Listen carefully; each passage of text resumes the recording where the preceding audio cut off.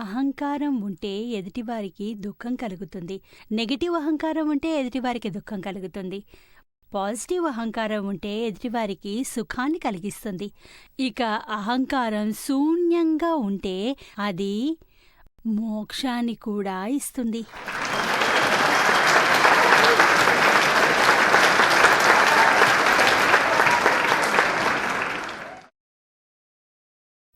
దీని లోపలికి అక్కడి వరకు చేరుకోవాలి మనం. ఎక్కడెక్కడ మన అహంకారం ఎలా ఎలా పనిచేస్తుందో, ఎలాంటి ఎఫెక్ట్ ఎదుటివారిలో తెస్తుందో, ఇక ఆ ఎఫెక్ట్ ఎలా స్టడీ చేస్తారో మన లోపల కూడా అంతే ప్రభావం ఉంటుంది, ఉండాలి కూడా. ఇది మనం ఎవరికీ దుఃఖం కలిగించడానికి పుట్టలేదు. మనం ఈ భూమిపైన పుట్టాము అంటే మనం ఇంకొరికి సుఖం ఇవ్వలేకపోతే పర్వాలేదు, కానీ దుఃఖం మాత్రం ఇవ్వకూడదు. దుఃఖాన్ని ఇంతే మనం అచీవ్ చేయగలిగితే చాలు. మన మనసులో వారికి లోతుగా వారిపై ప్రభావం ఉండాలి. మన మాట వల్ల ఇతరులకు దుఃఖం కలగకూడదు, దాని ప్రభావం ఉండకూడదు. ఎందుకు దుఃఖాన్నివ్వాలి? మనకి ఎవరికైనా దుఃఖాన్ని కలిగిస్తే దానికి అంతే ప్రాధాన్యత ఇవ్వకండి. అంటారు కదా, వాళ్ళు నన్ను అంత బాధ పెట్టారు, అంత దుఃఖం కలిగించారు, నాకు అవుతుంది. ఎందుకు కాదు? ఇలా ఎక్స్క్యూజులు పొందకండి. మనం హై థింకింగ్లోకి వెళ్ళాలనుకుంటున్నాం. లో థింకింగ్ వారే ఇలా చేస్తారు. వారిలా అన్నారు, నేనెందుకు వదిలేయాలి? Tit for tat. ఇది లో థింకింగ్ విషయము. ఇక హై థింకింగ్ ఎప్పుడూ ఇదే ఆలోచిస్తారు, ఏది చేసినా అది వారి కర్మ. నేనెందుకు ప్రభావం కలిగించుకోవాలి? నేనెందుకు ప్రభావం బాధపడాలి? నా వల్ల ఎవరూ అనుభవించకూడదు, అది నా బాధ్యత. కానీ ఎవరైనా నన్ను 1,00,000 మాటలు అన్నా అనుభవించాలని, అది నా పురుషార్థము. ఇక్కడ నాకు హై థింకింగ్ ఉంటేనే ఇలా అవుతుంది. ఇక హై థింకింగ్లో ఇదే ఉండాలి. నేను టిట్ ఫర్ టాట్లో పడకూడదు. టిట్ ఫర్ టాట్ చేసి నాకు శాంతి ఉండదు, దుఃఖమే దుఃఖం ఉంటుంది. అహంకారంతో దానికి చాలా బావుంటుంది. ఎవరైనా ఏదైనా అంటే నేను ఎవరినైనా తిరిగి అంటాను, టిట్ ఫర్ టాట్ చేస్తాను. మీ అహంకారానికి కాస్త ఊరట దొరుకుతుంది, కానీ ఎమోషనల్లీ ఊరట లభిస్తుంది అహంకారానికి. శాంతి ఉండదు, ఎమోషనల్ అవుతారు. మీకనిపిస్తుంది మీ బాధ కాస్త తగ్గింది అని, కానీ బాధ తగ్గలేదు. మంట అలాగే ఉంది, దానిలోంచి బూడిద పడిపోయింది టెంపరరీగా. ఇక అలాంటి పరిస్థితే వస్తే అంతే ప్రభావం వస్తుంది అహంకారానికి.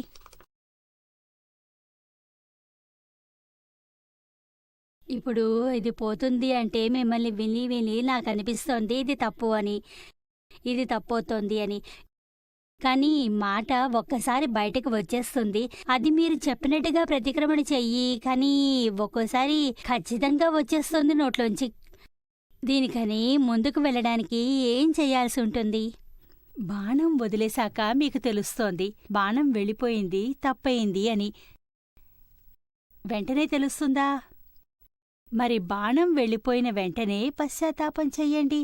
ఎదుటివారికి అక్కడే చెప్పేసేయండి, నాతో తప్పు జరిగింది, నన్ను క్షమించు అని. అహంకారం అవనీయదు కదా, అక్కడే అహంకారాన్ని తెంచెయ్యాలి. ఎవరి మనసునైనా బాధ పెట్టే కంటే మీ అహంకారాన్ని తగ్గించుకుంటే మంచిదిగా. దీన్ని వదిలేయాలే, దీన్ని వదిలించుకోలేకపోతే ఎలాగా? నాకనిపిస్తోంది ఆ పరాక్రమం మీ ఎదుటే చేస్తాయని. ప్రారంభం నుండి చేస్తే కాస్త ఆశీర్వాదం వస్తే నా పైన, ఇప్పుడే నేను వెళ్ళి తలదించుకుంటాను, తిన్నగా అవుతాను. చాలా మంచి విషయం, చాలా మంచిది.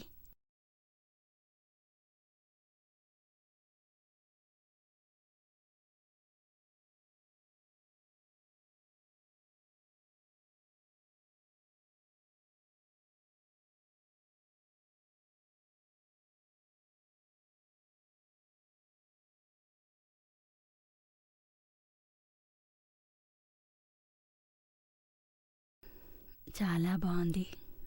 అలాగే పశ్చాత్తాపం చెందండి, క్షమాపణలు కోరండి, ఆశీర్వదించండి.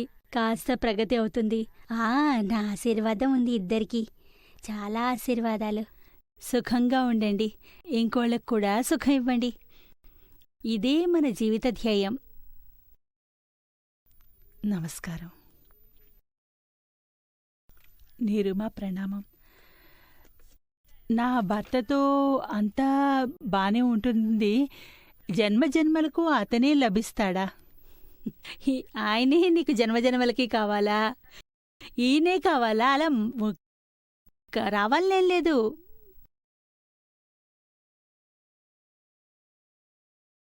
మారుతూ ఉంటారు. తమ తమ కర్మలని బట్టి పుడుతూ ఉంటారు. ఈ జన్మలో మంచి జరిగితే అదృష్టవంతురాలివి అంటారందరూను. చాలా అదృష్టమని. లేకుంటే ఈ జన్మలో కలవడమే కష్టం అవుతోంది. అందుకే కోరుకుంటున్నా. కోరుకుంటే భర్తనెందుకు కోరుకుంటున్నావు? భగవంతుడినే కోరుకో. ఆయనే భగవంతుడు కదా.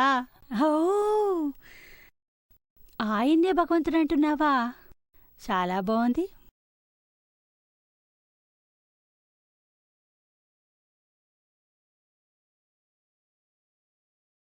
ఏమంటే జన్మ, నెక్స్ట్ జన్మ ఎక్కడ ఉంటుంది, ఎలా ఉంటుంది, ఇది ఎవరికీ తెలీదు.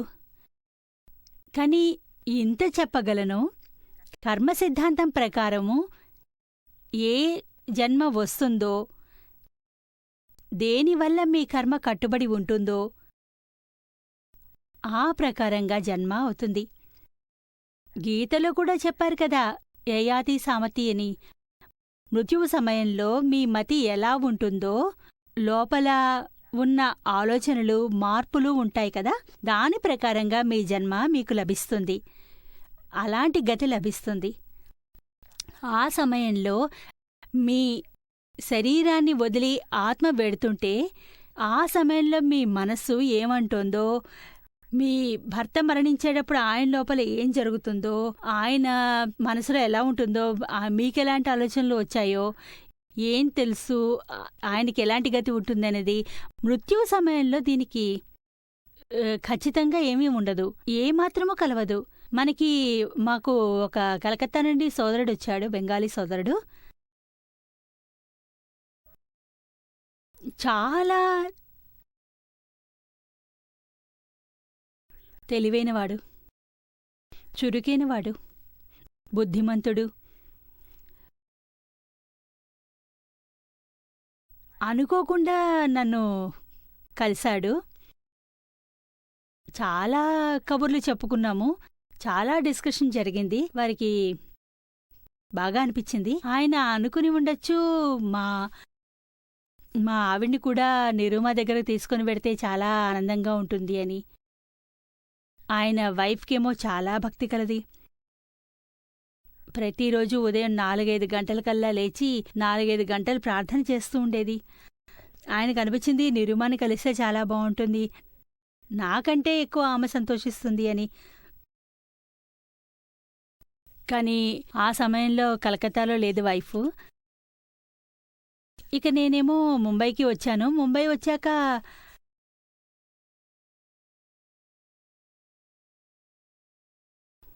ఆ బంగాళీ అతను వాళ్ళ ఆవిడ్ని తీసుకుని నన్ను కలవడానికి ముంబైకొచ్చాడు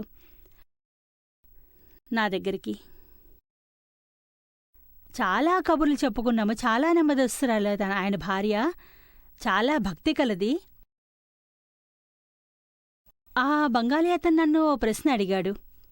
నిరుమా, నేను ఈ ప్రశ్నని ఎంతోమంది సత్పురుషుల్ని అడిగాను, వృద్ధులని, జ్ఞానుల్ని, యోగుల్ని కూడా అడిగాను. కానీ నాకు ఎవరు కూడా సమాధానం తృప్తిగా ఇవ్వలేకపోయారు. నాకింక మీరు ఇవ్వగలరని ఆశిస్తున్నాను. ఏమంటే మా ఆవిడ రోజూ 4 గంటలకల్లా లేచి 4-5 గంటలు పూజ చేస్తుంది భగవంతుడికి.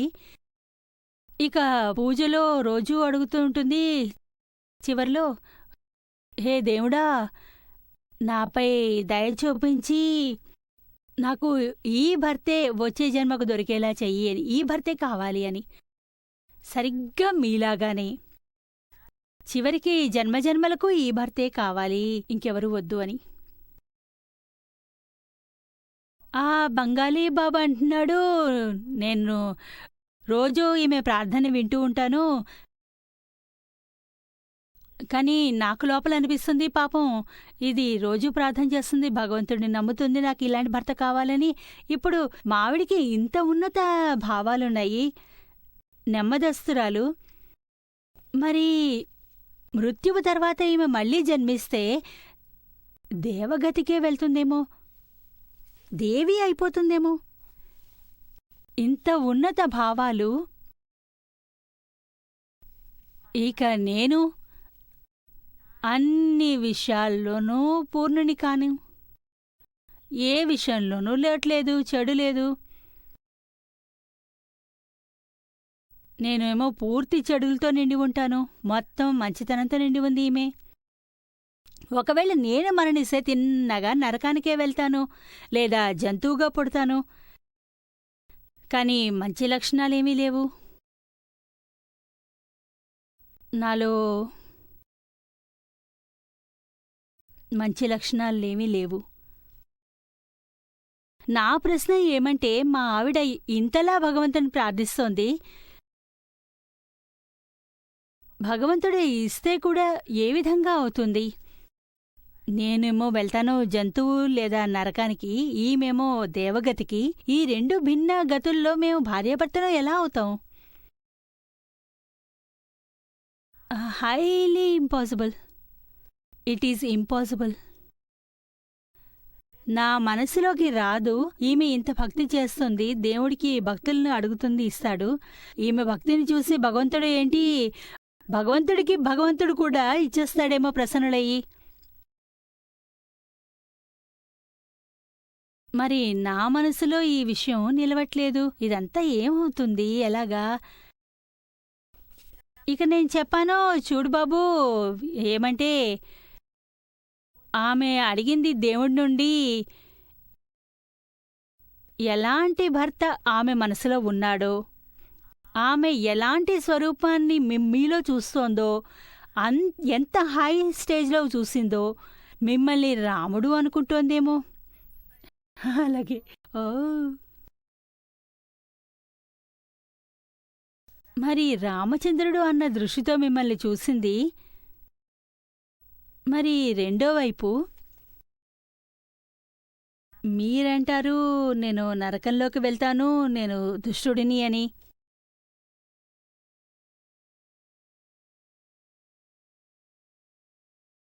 ఆమెకి ఏ విధంగా మీరు ఏ విధంగానూ కూడా వచ్చే జన్మలో భార్యాభర్తల రూపంగా మీరు కలవరు.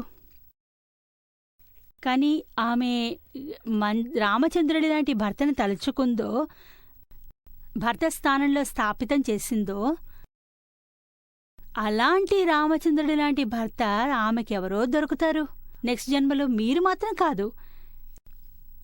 ఎలా కలుస్తారు?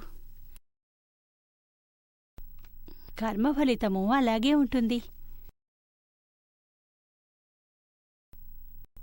బంగాలీ ఆయన అన్నారు, మీరు చెప్పింది నా మనసుకు చేరింది, అలా కావచ్చు, కాని నేనే ఇంపాసిబుల్.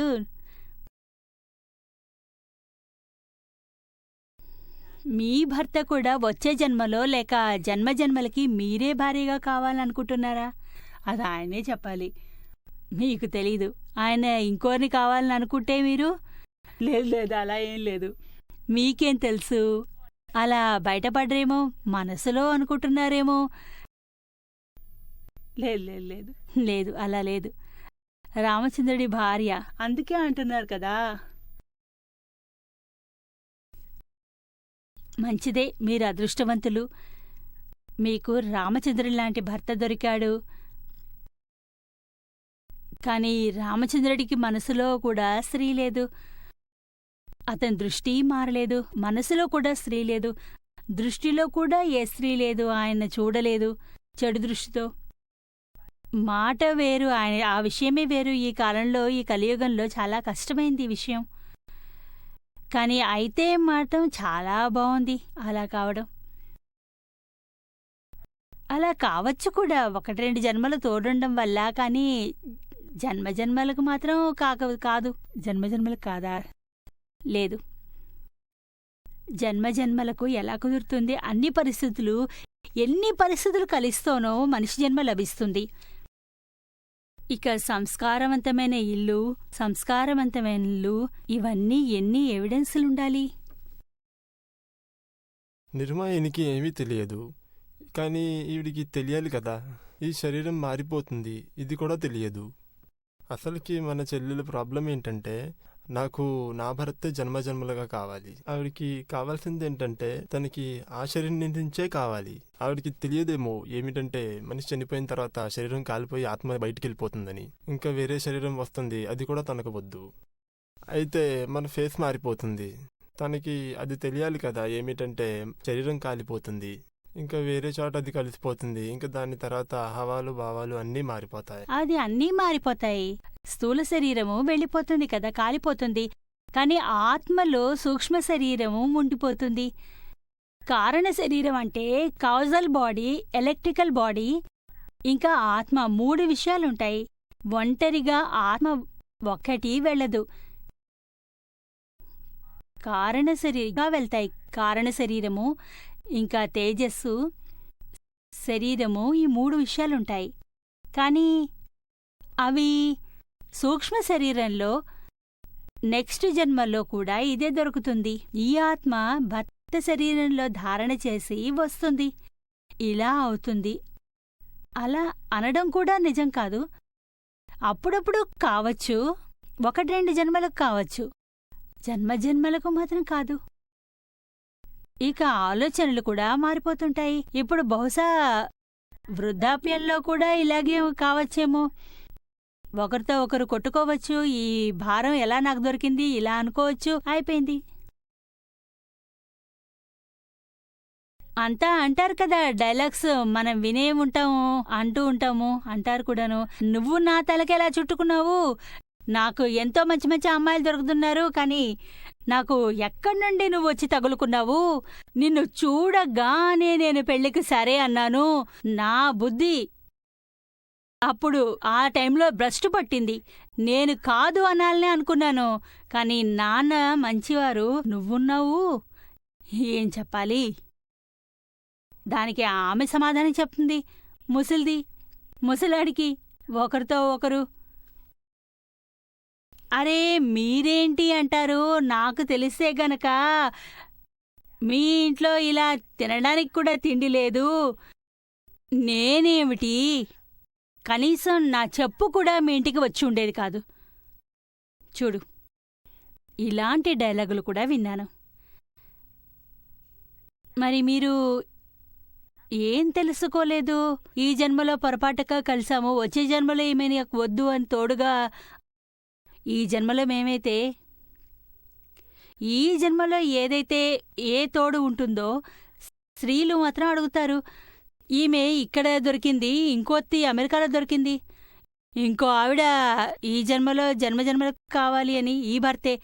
మిగతా స్త్రీలందరూ అడుగుతారు, మీకు మీ భర్త వచ్చే జన్మకు కూడా కావాలా అని, జన్మజన్మలకు కావాలా అని. అప్పుడు స్త్రీలందరూ ఏమంటారంటే, అందరిలోనూ అడిగాను, ఏకాంతంలో అడిగాను, అందరి ఎదురుకుండా అడగలేదు. అప్పుడు ఒంటరిగా అడిగితే వాళ్ళు చెప్పారు, ఓ నిరుమా, ఈ జన్మలో దొరికారు గాని మరో జన్మలో వీళ్ళు మాత్రం వద్దే వద్దు వద్దు.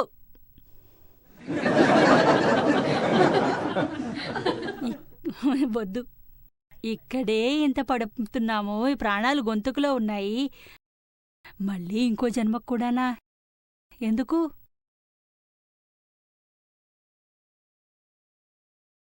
ఈ మాయల నుంచి బయటికి రావటానికి ఆశీర్వదించండి. మీ ఆశీర్వాదాలు మాకు అవసరం. ఎవరైతే శరీరం గురించి ఆలోచిస్తారో అది వాళ్ళ మోహంక మాయే. అయితే ఈ భావాల నుంచి బయటికి రావడానికి ఆశీర్వాదం ఇవ్వండి. అందరూ మాయ మోహంలోనే ఉంటున్నారు. అయితే ఈ మాయ గురించి అందరికీ తెలుసుంటే గనక ఈ ప్రశ్నే వచ్చుండేది కాదు. ఇలాంటి ఆశీర్వాదం ఇవ్వండి నాకు. ఇదే చాలా మంచి భర్త దొరికాడు అని ఈ మాయలో ఇబ్బంది పడతారు. ఆ భర్త గొడవ అది పెట్టుకుంటే వాడంటే నువ్వొద్దు, మరో జన్మలో వద్దే వద్దు, వదిలేయి అంటారు. వదిలించేసుకోవాలనుకుంటారు.